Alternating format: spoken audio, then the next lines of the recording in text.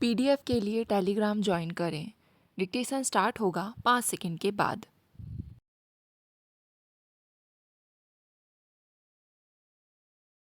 Start. महोदय, वर्तमान में ज्ञान विज्ञान के जगत में जो तेजी से प्रगति हो रही है उसके साथ मेल कराने के लिए हिंदी भाषा को काफ़ी सीमा तक उदार होना ज़रूरी है। इतना उदार कि किसी भी आंचलिक भाषा में जो उपयुक्त शब्द उपलब्ध हैं उसे अपने अंदर समेट लें।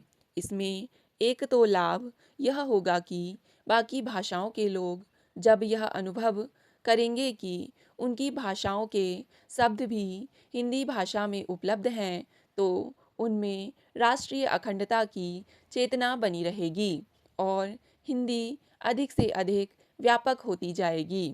अवश्य ही इसके लिए स्वयंसेवी संस्थाएं काफ़ी हद तक कार्य कर सकती हैं, परंतु इसके लिए एक अखिल भारतीय भाषा समन्वय विभाग की निगरानी में अपने ही आंचल की स्वायत्तता संस्था के अधीन कार्य करना जरूरी है, जो उन अटपटे शब्दों का चयन करे तथा उनके वैकल्पिक शब्दों को आंचलिक भाषा से ढूंढे और उनको प्रयोग करने में अधिक से अधिक प्रयास करे।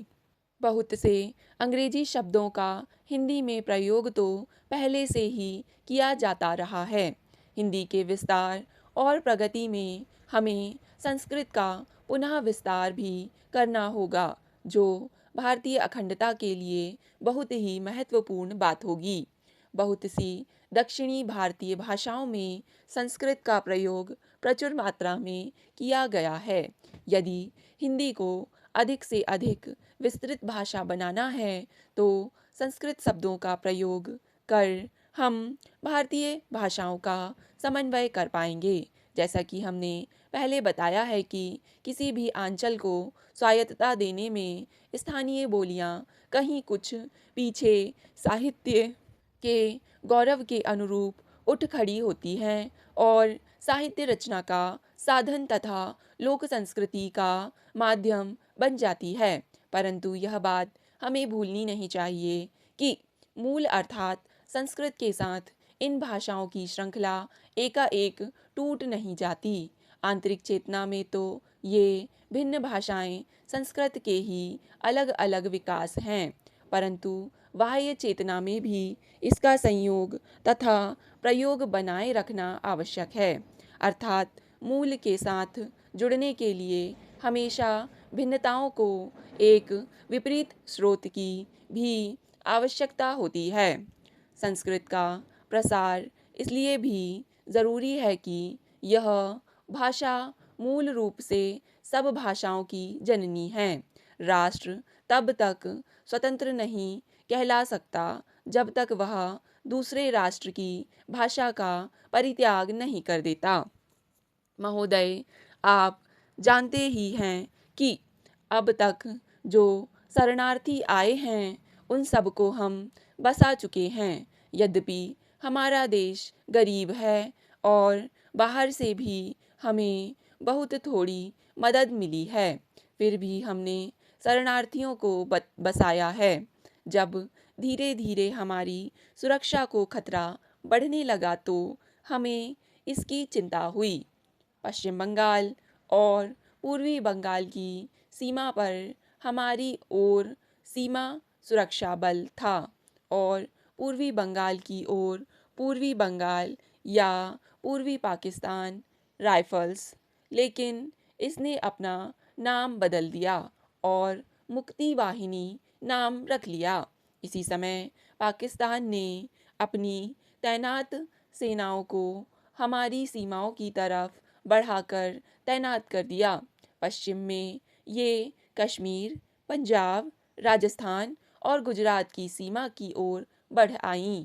जब पाकिस्तान की सेनाएं कश्मीर की सीमा पर पहुंच गईं तो हमने संयुक्त राष्ट्र संघ पर्यवेक्षकों का ध्यान इस तरफ खींचा। उन्होंने हमें बताया कि पाकिस्तान की सेनाएं प्रशिक्षण अभ्यास कर रही हैं। इस पर कौन विश्वास कर सकता था?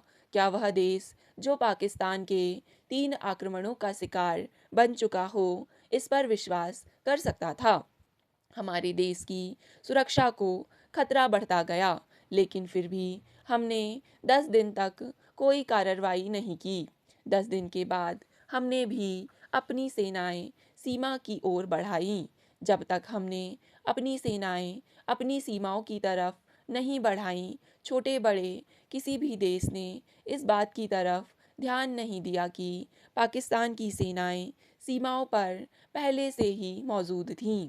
उन्हें हमारे देश की सुरक्षा को उत्पन्न खतरे की कोई चिंता नहीं थी, और ना ही इस बात की कि उन्हें इस बारे में कुछ करना चाहिए। कोई इस बारे में कुछ नहीं बोला।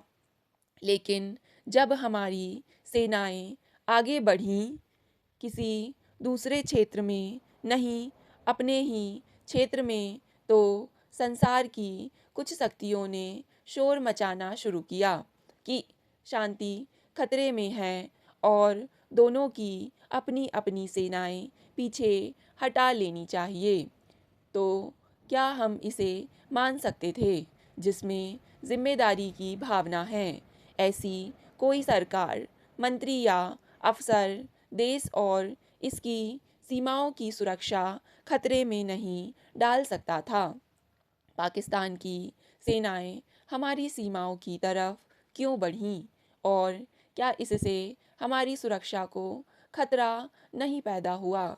यदि हम अपनी सेनाओं को हटाते हैं तो इसके लिए क्या प्रबंध है? महोदय, यह चीज़ इन सुंदर और ओजस्वी साहित्य में से प्रत्येक पर भिन्न भिन्न छाप लगा देती है, जो एकता में भी समृद्ध विविधता का स्रोत है। कोई भी व्यक्ति अपने विचारों की अभिव्यक्ति जितने अच्छे तरीके से अपनी मातृभाषा में कर सकता है, उतनी अन्य भाषा में नहीं। अब प्रश्न यह उठता है कि भारत एक अखंड राष्ट्र है, फिर इसमें विभिन्न क्षेत्रीय भाषाओं का समन्वय कैसे किया जाए, जिसमें प्रत्येक देशवासी को यह अनुभव हो सके कि हम भिन्न भिन्न आंचलिक भाषाओं के बोलने वाले एक ही माला में पिरोए हुए मोती हैं। हमारी अपनी पारंपरिक पहचान भी रहे, तथा इसके साथ ही हम सभी एक ही विशाल तरु पर रहने वाले भिन्न भिन्न बोलियों में बोलने वाले पक्षियों की भांति प्रेम से रहें। लगता है कि संविधान निर्माताओं ने यह बात गहराई से अनुभव की होगी। प्रशासन की सुविधा के लिए अंग्रेजी भाषा को माध्यम बनाया, परंतु स्वतंत्रता प्राप्ति के पश्चात भी इस भाषा की व्यापकता के ऊपर प्रश्न चिन्ह लग गया। इसलिए संविधान निर्माताओं ने पहले से ही धीरे धीरे अंग्रेजी से भारतीय भाषा में परिवर्तित करना शुरू कर दिया।